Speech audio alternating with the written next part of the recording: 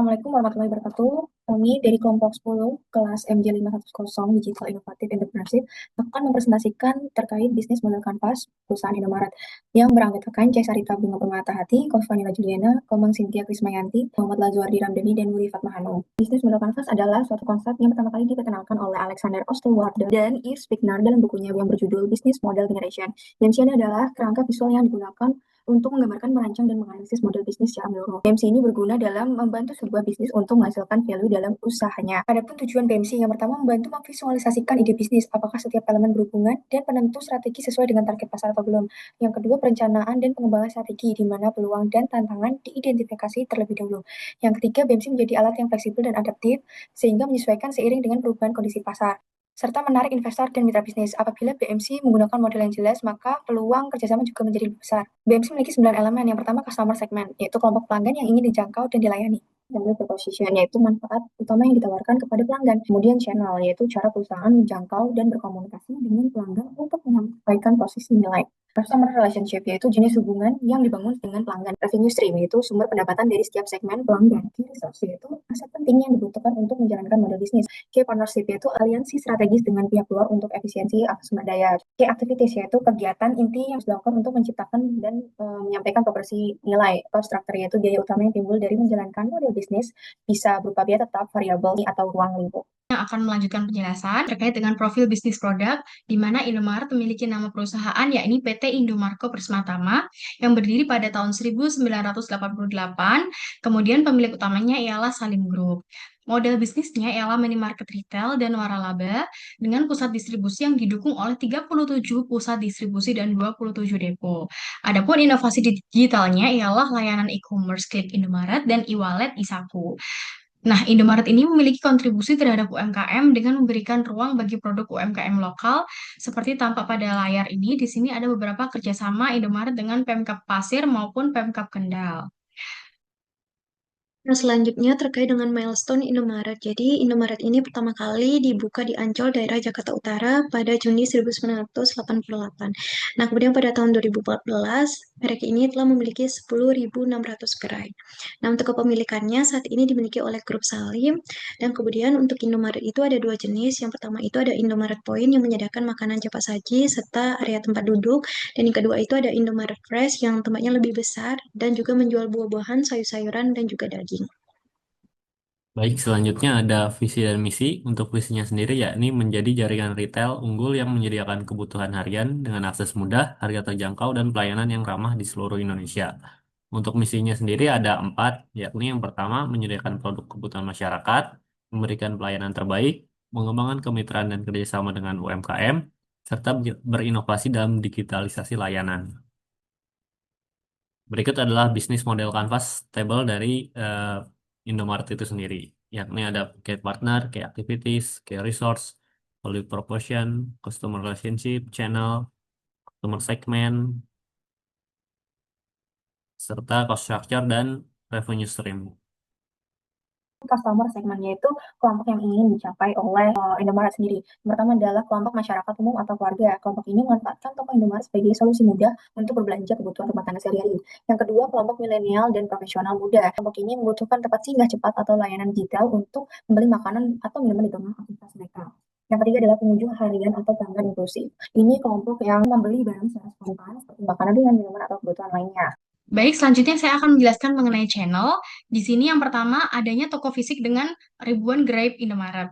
Nah, ini adalah saluran inti yang dapat memberikan akses fisik yang mudah dan cepat yang berfungsi sebagai titik penjualan, pameran produk, dan titik transaksi pembayaran. Kemudian yang kedua adanya saluran digital yang dapat menyediakan value proposition, kemudian berbelanja online, dan juga adanya saluran ekspedisi yang dapat mengirimkan barang tersebut secara langsung kepada pelanggan. Kemudian yang selanjutnya ialah customer relationship. Yang pertama terkait dengan loyalty program, di mana dikelola melalui aplikasi atau kartu anggota. Dengan tujuannya adalah mendorong pembelian berulang dan meningkatkan lifetime value pelanggan dengan memberikan insentif dan diskon eksklusif. Kemudian yang kedua adanya interaksi kasir dan staf gerai yang dapat menunjukkan pelayanan yang cepat dan ramah. Nah, ini ditunjukkan dengan staf gerai dapat memberikan bantuan personal untuk transaksi spesifik seperti pembayaran tagihan, top up, penukaran kupon. Kemudian yang ketiga adanya media sosial dan konten promosi yang interaktif. Nah, digunakan untuk menjaga engagement, mengumumkan promo harian atau mingguan, dan merespon pertanyaan atau keluhan pelanggan secara publik maupun private. Kemudian terkait dengan value propositions, jadi yang pertama itu kemudahan akses. Jadi biasanya Indomaret ini didirikan di daerah lokasi strategis yang dekat dengan pemukiman masyarakat. Kemudian yang kedua beragam produk. Jadi Indomaret menyediakan berbagai macam produk dari kebutuhan pokok hingga pakaian. Kemudian untuk harga terjangkau, Indomaret sering memberikan harga-harga promo kepada para pelanggannya. Kemudian terkait layanan digital, Indomaret juga menyediakan berbagai macam layanan digital seperti Klik Indomaret, Isaku, Indomaret Poinku, Indopaket, dan juga Imobil. Kemudian terkait aksesibilitas, Indomaret juga memberikan layanan untuk pembayaran tagihan seperti payment point, voucher prepaid, pulsa pakai data dan eSIM, tiketing, tarik tunai, dan juga top up kartu e-money. Kemudian terkait dengan key partners, jadi untuk pemasok itu berasal dari lokal dan juga internasional. Kemudian untuk aplikasi pengiriman bisa melalui Klik Indomaret dan juga melalui GrabMart. Kemudian untuk distribusi lokal, itu PT Indomaret Prismatama menggunakan 50 pusat distribusi regional untuk menyalurkan barang-barangnya ke gerainya. Kemudian terkait dengan institusi keuangan, Indomaret bekerjasama dengan perbankan untuk memberikan layanan keuangan seperti tarik tunai melalui aplikasi Bina Digital. Dan kemudian terkait mitra franchise, Indomaret juga memberikan kesempatan kepada investor untuk membuka gerainya melalui skema waralaba.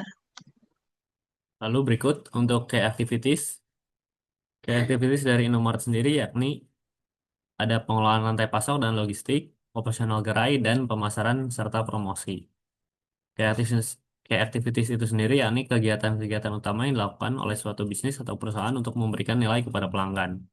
Untuk pengelolaan rantai pasok dan logistik, ada terkait distribusi efisien, manajemen inventaris, pengadaan atau procurement. Lalu untuk operasional gerai ada pelayanan pelanggan, penataan dan kebersihan gerai. Lalu untuk pemasaran dan promosi ada program promosi serta analisis data penjualan. Lalu ada key resources. Key resources adalah aset-aset berupa fisik, finansial, atau intelektual yang diperlukan untuk menjalankan perusahaan atau bisnis dengan lancar.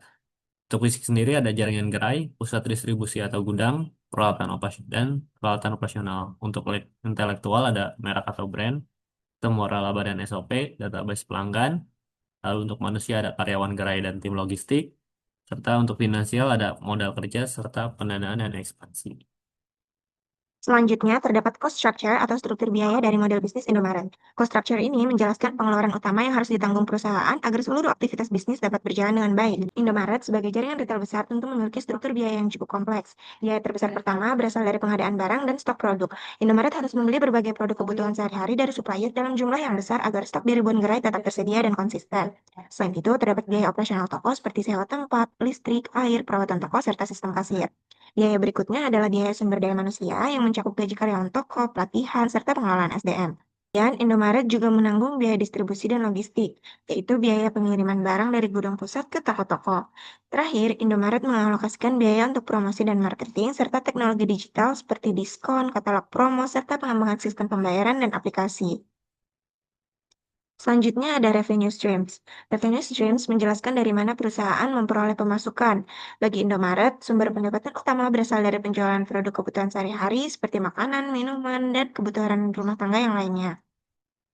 Yang kedua, sewa space untuk tenan. Indomaret biasanya memberikan space untuk disewakan seperti ATM atau jasa kirim barang. Selanjutnya, Indomaret juga mendapatkan pendapatan dari kerjasama dengan brand dan supplier, misalnya melalui promosi bersama atau penyewaan ruang rak strategis, di mana brand harus membayar untuk menempatkan produknya di posisi yang mudah terlihat oleh konsumen.